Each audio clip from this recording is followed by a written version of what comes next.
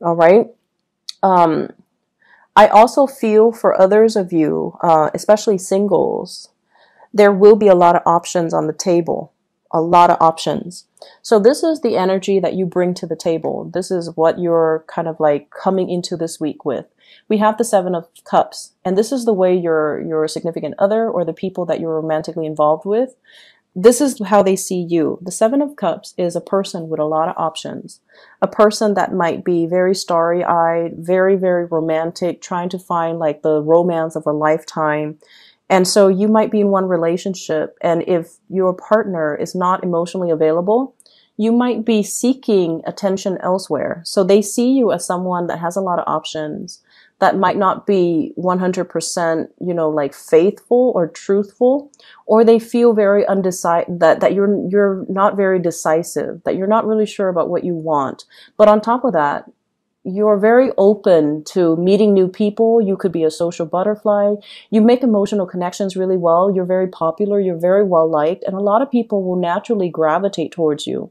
So they see you as someone with a lot of options, and they feel a little bit threatened by that.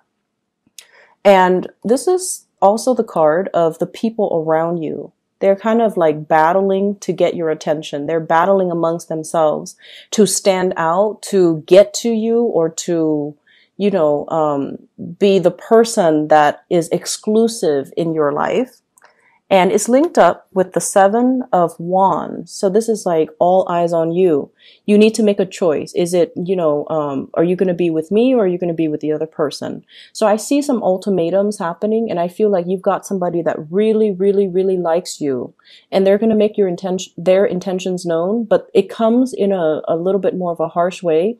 Like, if you want to be with me, here are the conditions. Like, you can't be talking to other people. You can't be, like this, undecided and just wishy-washy. You need to be focused exclusively on me. So it's like all the arrows are pointed towards this person. So they want you to be exclusive with them. So I feel like a relationship that might be very tenuous in the past, coming together because they're going to make their intentions known, and they're going to tell you they're not going to be tolerating certain things in the relationship, so that if you can fix those things, then I feel like an escalation in taking the relationship to the next level, an escalation of that. Okay, so it looks good, but I feel like if you are a little bit more prone to, keeping your options open, you're going to need to pick somebody for this week.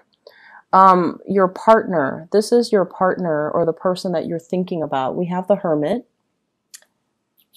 The Hermit is trying to find something. Okay, so this is somebody that is trying to figure some things about you.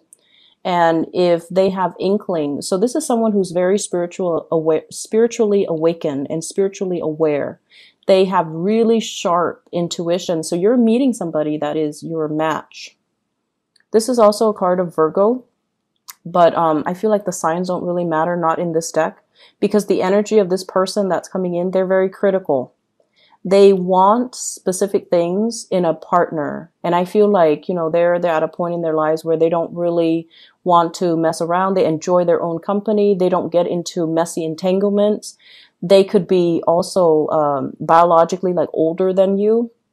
So there's an age difference that I'm feeling. And then I also feel like, you want to bust out and you want to have fun. You want to socialize.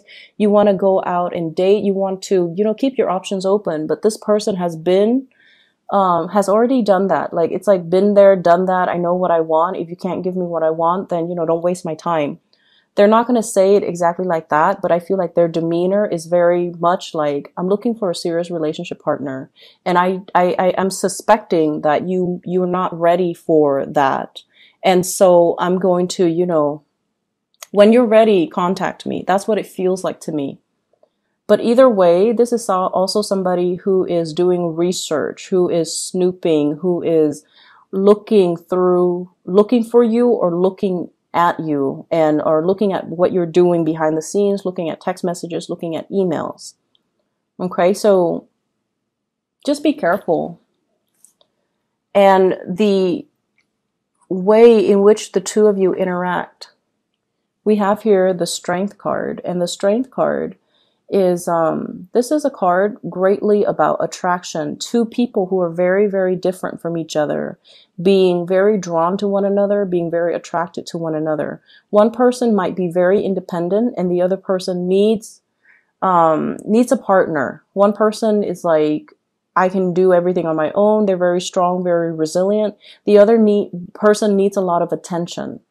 So I see some dynamics in the relationship coming out into the picture for this week, where you have to kind of learn to work with each other's rhythm, each other's style, each other's likes and dislikes and quirks. And you start to see all the differences that you have with a crush or with another person. So I feel like, the differences are going to be very glaring. And they're being revealed so that you can learn to work with them. We don't need to always agree on everything, but we need to be at least, adult about it to kind of talk things out. So the five energies always deals with conflict. But in this situation, it's almost like two people who are very stubborn and who are arguing over things that don't really matter in the long run.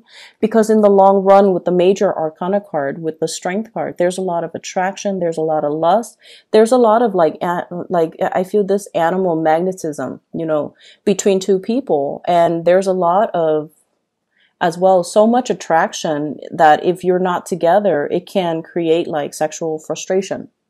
So I see that element coming into the picture, but at the end of the day, I feel like things are going to be hashed out and your attention is going to be directed to just one person, or one person is going to be very, very directed towards you. Some of you are dealing with a fire sign, a Sagittarius, an Aries, or a Leo. If the relationship has been very, very stressful and strenuous in the past, I feel like there's a coming together to resolve conflict and to move forward. If there has been issues with infidelity or flirtations outside of the relationship, that's coming in, but I feel like you have the ability to resolve it and you have the ability to kind of talk things out. Okay? There is a resolution, and I feel an accusatory energy coming through across this spread. If you're dealing with a fire sign where someone might be flirtatious, flirting outside of the relationship, talking to other people, trying to keep their options open as well. Could be you or them, but I feel like there's going to be like accusations. So you need to be very careful about that. All right.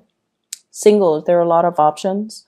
I feel like you've got a very strong fire sign, Sagittarius, Aries, Leo, in particular Leo, and you have the Hermit, which is the Virgoan energy.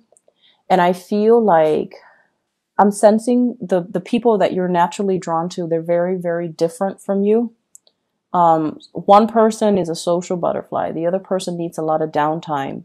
And so if you want to be out and about, to be seen and heard, I feel like you want to find a partner that's more in alignment with you, that wants to do the same things, okay? Rather than dragging somebody who's like more of a loner, who likes their downtime, dragging them to a place where there's loud music and there's a lot of socializing, they might get burnt out and they might not enjoy it in the long run.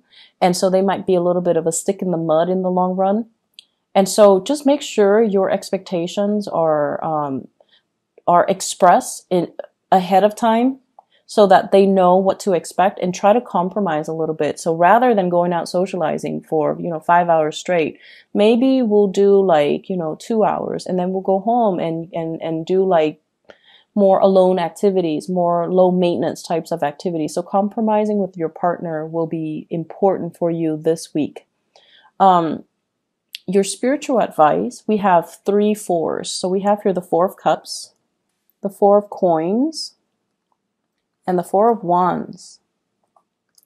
So what I feel happening, 4s deals with like the pillars of stability. So like 4 legs on a chair, it makes it very, very stable.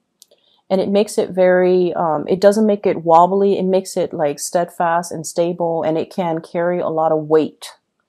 And I'm bringing in this analogy with the table, this picture with the table or the chair. And I feel almost like there's a need for you to focus your energy inwards, okay? There's a need for you to find emotional stability within yourself. Huge emotional stability that needs to happen within yourself so that you're not scattering your energy and being disappointed by other people. This is like making plans with other people, and then at the very last minute, they're like, oh, did we make those plans? So then your whole day is sort of like ruined, mainly because, you know, you had plans, you were so like adamant about, you know, going through with these plans, and then something happens and then you're just like crushed. So this is like needing to fill up your time, needing to find that emotional fulfillment within yourself so that you're not reaching out to other people for emotional fulfillment. We have as well the Four of Coins. This is needing to save up, needing to be careful about finances and expenditures. I see a lot of you going out a lot, especially for singles, going out on dates, going out a lot, doing social activities, and that can get very expensive. So this is like not spending within your, learning to spend within your means, learning to save up for a rainy day, learning as well to draw back your energy, and, you know, just finding that personal me time and finding a lot more opportunities for you to be by yourself and to cultivate hobbies, cultivate other things, rather than scattering your energy and your wealth and resources outside of the home. Okay. Needing to save up for a rainy day. I see that coming through really strongly. And I also feel like if for those who are attending a lot of like gatherings, such as weddings, there could be invitations for weddings. There could also be, invitations for like, they're saying like a house reunion, buying property, hearing about people buying property, and then you're buying a lot of presents for these these engagement get-togethers, as well as housewarming gifts and things like that. So the expenditures are going to pile on, and so you want to be, you know, careful with your spending. And with the Four of Wands, this is learning to cultivate things, and with another relationship partner, balancing out the relationship. So, you know, the two, I don't know what they are, the two creatures, they all have their own homes. So some of you might have two houses. One person lives in one house, the other person lives in the other house. And you're trying to make things work. So like, I feel like this is a card, it's a 4, but it's all about two people who are very independent being able to bring a lot of good things into the relationship, because the relationship is not codependent. You know, it's like they're both independent entities. They do whatever they want. No one is really waiting on another person, and they don't get hurt if the other person renege on promises because they have other things going on in their lives. So needing to do that, needing to like find that balance in the give and take in a relationship, finding people or even relationship partners that are bringing value to the relationship the same way that you are, rather than having to take care of one person. And so I feel like there are a lot of security oriented issues that are coming into the mix. And I also feel like there are a lot of straightening out, ironing out that you have to do in your own life when it pertains to where you are finding emotional fulfillment, where you are like not branching out and making a move in your own personal life, either changing location, changing jobs, mainly because of where you're at right now. It's stable. Okay. So the first card out here is the Fool. And this is like turning over a new leaf, starting over, branching off in a new direction, and figuring things out as you go. So it's like, don't plan so far ahead in advance that you scare yourself into staying. Embrace each opportunity with a sense of optimism, because the energy that you put in is the energy that you're going to manifest. Okay. So like, look at situations, not through the pitfalls that could potentially happen, but through like the opportunities that it's going to be able to bring you. Making a change in your life, changing location. I see a lot of movement happening here. And I feel like you're on the verge of making this change, and all of a sudden these self-defeating fears, all of these fears cycle back in, and then you kind of stall, you kind of stop, and you're like, I'm not ready.